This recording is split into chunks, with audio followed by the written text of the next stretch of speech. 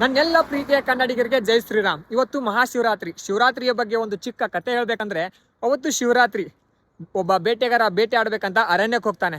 ದಿನವಿಡೀ ಅಲದಾಡಿದ್ರು ಯಾವುದೇ ಬೇಟೆ ಸಿಗಲ್ಲ. ಆ ಕಾರಣಕ್ಕಾಗಿ ನಿರಾಶೆಯಾಗಿ ಮನೆಗೆ ಬರಬೇಕಾದ್ರೆ ದಾರಿ ತಪ್ಪಿ ಅದೇ ಅರಣ್ಯದಲ್ಲಿ ಸುತ್ತಾಡ್ತಿರ್ತಾನೆ.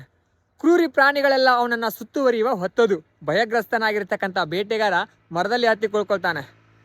ರಾತ್ರಿಯೆಲ್ಲ ಶಿವನ ಧ್ಯಾನ ಮಾಡ್ತಾ ಆ ಮರದಲ್ಲಿ ಇರ್ತಕ್ಕಂಥ ಎಲೆಗಳನ್ನ ಕಿತ್ತು ಕೆಳಗಡೆ ಹಾಕಬೇಕಾದ್ರೆ ಅವನಿಗೆ ಗೊತ್ತಿಲ್ಲದೆ ಆ ಮರದ ಕೆಳಗಡೆ ಇರ್ತಕ್ಕಂಥ ಶಿವಲಿಂಗನ ಮೇಲೆ ಆ ಎಲೆಗಳು ಬೀಳ್ತಾ ಇರತ್ತೆ. ಕಾಕತಾಳಿ ಏನಂದ್ರೆ ಅವನು ಅವತ್ತು ಹತ್ತಿದ್ದು ಬಿಲ್ವದ ಮರ. ರಾತ್ರಿಯೆಲ್ಲ ಶಿವನ ಧ್ಯಾನ ಮಾಡ್ತಾ ಮರದಲ್ಲಿ ಇರ್ತಕ್ಕಂಥ ಎಲೆಗಳನ್ನ ಕೆಳಗಡೆ ಹಾಕೋದ್ರಿಂದ ಆ ಕ್ರೂರಿ ಪ್ರಾಣಿಗಳಿಂದ ಅವನನ್ನ ರಕ್ಷಿಸಿರೋದು ಸಾಕ್ಷಾತ್ ಶಿವನೇ ಅಂತಕ್ಕಂಥ ಸುದ್ದಿ ಊರೆಲ್ಲ ಆಗತ್ತೆ.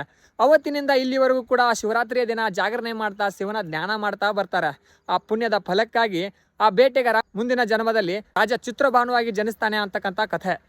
ಮಹಾಭಾರತದಲ್ಲಿ ಬರ್ತಕ್ಕಂಥ ಈ ಕಥೆಯನ್ನ ಮರಣ ಶತದಲ್ಲಿ ಇರತಕ್ಕಂಥ ಭೀಷ್ಮರು ಹೇಳಿದ್ರು ಅಂತಕ್ಕಂಥದ ಪ್ರತೀತಿ.